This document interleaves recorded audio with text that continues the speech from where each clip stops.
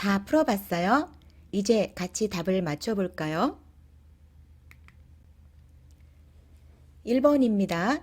여러분, 몇 번 문제를 골랐어요? 정답은 4번. 비가 와서 그 시간까지는 힘들겠는데요. 여러분, 문제를 듣기 전에 1, 2, 3, 4번을 먼저 보면서 어떤 내용일지 짐작해 봤지요? 자, 이제 대본을 보겠습니다. 남자가 먼저 이야기했어요. 그러니까 여러분은 남자, 여자, 그리고 남자가 말할 차례구나 생각을 해야 하죠. 어서 오십시오, 손님. 손님이라고 했네요. 여기에서 우리가 남자와 여자의 관계를 알 수 있어요. 어서 오십시오, 손님. 어디로 모실까요? 모시다? 존댓말이에요. 어디로 데려갈까요? 어디로 갈까요? 이 남자가 여자를 어디로 데려갈 거예요. 모셔갈 거예요. 서울역이요. 말할 때 줄여서 서울역요. 이렇게 이야기했어요. 그런데 아저씨, 7시까지 도착할 수 있을까요? 제가 기차를 타야 해서요. 남자가 어떤 대답을 해야 할까요? 네, 7시까지 도착할 수 있어요. 문제 없어요. 긍정적인 대답 또는 힘들겠는데요. 어렵겠는데요. 도착할 수 없는데요. 이런 부정적인 대답. 어쨌든 여자가 물어본 질문, 7시까지 도착할 수 있을까요? 이 질문에 대답을 해야겠죠. 1번은 뭐예요? 제 시간에 도착해서 다행이에요. 남자는 아마 택시 운전사인 것 같아요. 택시 운전기사. 그런데 제 시간에 도착해서 다행이에요. 아직 도착하지 않았어요. 그리고 여자가 손님이에요. 그래서 1번은 틀렸지요. 기차가 예정보다 늦게 오겠는데요. 남자는 택시를 운전하고 있어요. 기차가 몇 시에 오는지 몰라요. 그래서 기차가 예정보다 늦게 오겠는데요. 이것은 정답이 아닙니다. 3번, 일을 하느라 기차를 놓칠 뻔했어요. 이것도 답이 아니죠. 비가 와서 그 시간까지는 힘들겠는데요. 7시까지 갈 수 있어요, 없어요? 못 갈 것 같아요. 왜요? 비가 지금 오기 때문에 차가 막혀요. 빨리 갈 수 없어요. 정답은 4번입니다. 모두 이렇게 했어요? 여기도 자주 사용하는 좋은 문법이 나오는데요. 뭐뭐 을 뻔하다 라는 문법을 잠깐 공부하겠습니다. 동사 뒤에 을 뻔하다를 붙여서 어떤 일이 거의 일어날 것 같았어요. 하지만 실제로 일어나지 않았을 때 사용해요. 보통 부사 중에 하마터면 뭐뭐 뻔하다 이렇게 같이 사용하고요. 동사만 앞에 올 수 있습니다. 예를 들어 볼까요? 잊어버리다. 받침이 없네요. 잊어버릴 뻔했다. 잊어버렸어요? 아니요, 잊어버리지는 않았어요. 하지만 거의 잊어버릴 뻔했어요. 늦다. 늦을 뻔했다. 늦었어요? 아니요, 늦지는 않았는데 하마터면 늦을 뻔했어요.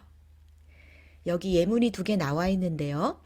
영화가 너무 슬퍼서 하마터면 여자친구 앞에서 울 뻔했어요. 울었어요? 아니요, 거의 울 뻔했어요. 하지만 울지는 않았어요. 그리고 골목에서 갑자기 차가 나오는 바람에 자동차에 부딪힐 뻔했어요. 차에 부딪혔어요? 아니요, 교통사고가 나지는 않았어요. 하지만 거의 부딪힐 뻔했어요. 이런 상황에 사용할 수 있습니다. 대화를 볼게요. 오늘 길이 너무 미끄럽지 않아요? 네, 맞아요. 저도 길이 미끄러워서 학교에 오다가 넘어질 뻔했어요. 넘어졌어요? 아니요, 넘어질 뻔했어요. 하지만 다행히 넘어지지 않았어요. 하마터면 기차를 놓칠 뻔했어요. 놓쳤어요? 그림을 보니까 막 달리네요. 그리고 기차 안에서 휴 한숨을 내쉬고 있어요. 다행히 기차를 놓치지 않았어요. 다음부터는 더 일찍 출발해야겠어요. 여러분, 이 문법도 자주 사용하니까 꼭 기억해 두세요. 다음 2번 문제. 여러분, 몇 번을 정답으로 골랐어요? 정답은 1번입니다. 모두 맞았어요? 듣기 대본을 볼게요. 여자가 먼저 말합니다. 여자, 남자, 여자. 요즘 새로 이사할 집을 알아보고 있어. 왜? 지금 사는 집 아주 마음에 든다고 했잖아. 마음에 들다. 우리 세종한국어 3에서 공부했었죠? 무슨 뜻이었어요? 네, 좋아하다. 이런 말이었죠? 여자가 새로 이사할 집을 알아보고 있어요. 남자가 왜? 지금 사는 집 아주 좋아했잖아. 마음에 든다고 했잖아. 여자가 새로 이사하려는 이유를 말해야겠죠. 아마도 지금 사는 집이 왜 안 좋은지 그 이유를 말할 것 같은데요. 살아보니까 소음. 여러분, 소음이 뭐예요? 아주 시끄러운 소리를 말하죠. 소음이 너무 심하더라고. 네, 이사하기 전에는 몰랐는데 그 집에 이사해서 살다 보니까 너무 시끄러워요. 그래서 새로 이사할 집을 알아보고 있어요. 정답입니다. 혼자 사는 것보다 둘이 사는 게 좋았어. 전혀 다른 내용이네요. 지금 집은 학교와 가까워서 편하고 좋아. 그런데 왜 이사를 할까요? 이거는 이유가 아니죠. 부동산에 가서 알아보는 게 좋을 것 같아서. 네, 이것도 여자가 왜 새로 이사할 집을 알아보는지 그 이유가 아닙니다. 그래서 정답은 1번이에요. 여기 부동산이라는 말이 나오는데요. 여러분, 카자흐스탄에서 새로 이사할 집을 알아볼 때 어느 곳에 가서 집을 알아봐요? 한국에서는 보통 부동산에 가서 알아보는데요. 부동산이 어떤 곳인지 함께 뜻을 알아볼까요? 한국에 여러 종류의 주거 양식, 집의 형태가 있는데요. 먼저 그런 집들을 소개해주는 부동산, 그리고 여러분도 잘 알고 있는 아파트먼트를 줄여서 한국 사람들이 아파트라고 하죠. 그리고 주택, 오피스텔은 콩글리시, 코리안 잉글리시라고 하는데요. 한국에서 만든 단어죠. 오피스와 호텔을 합쳐서 만든 단어예요. 그리고 원룸, 이것도 콩글리시예요. 한국에서 사용하는 영어입니다. 다음, 고시원.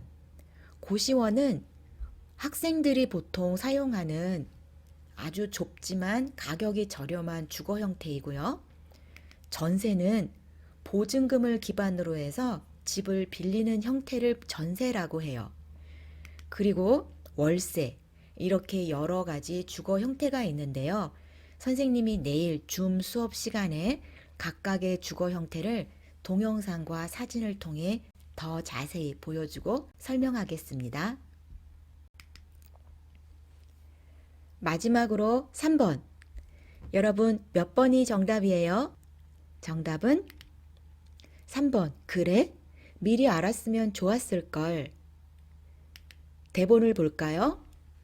여자가 먼저 말합니다. 여자, 남자, 여자의 답을 골라야겠죠? 가족들하고 캠핑 가고 싶었는데 이것저것 사야 할 게 너무 많아서 못 갔어. 맞아요. 캠핑을 가고 싶어요. 하지만 캠핑을 가려면 텐트도 있어야 해요. 그리고 밖에서 음식을 할 수 있는 조리기구도 있어야 해요. 그런데 남자가 이야기합니다. 텐트처럼 캠핑에 필요한 물건들이 다 갖춰진 데가 있다던데, 다 준비된 곳. 남자는 알고 있었지만 여자는 몰랐어요. 그래서 그래? 미리 알았으면 좋았을걸. 이렇게 이야기하고 있어요. 1번, 텐트만 사면 되겠네. 텐트도 있어요. 텐트도 살 필요가 없어요. 그래도 자세히 알아봐야겠다. 이거는 아니죠? 그래도 텐트는 치기 힘들겠다. 이것도 정답이 아니네요. 텐트같이 캠핑에 필요한 물건들이 다 갖춰진 데가 있다는 말을 듣고 여자가 그래, 미리 알았으면 가족들하고 캠핑을 갈 수 있었을 텐데 후회하고 있어요. 정답은 3번입니다.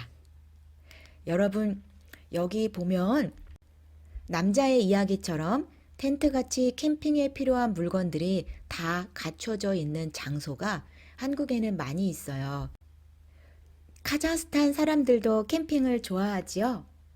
여러분은 얼마나 자주 캠핑을 가요? 어디로 가요? 그리고 이렇게 텐트처럼 캠핑에 필요한 물건들을 다 갖추고 빌려주는 곳이 있어요?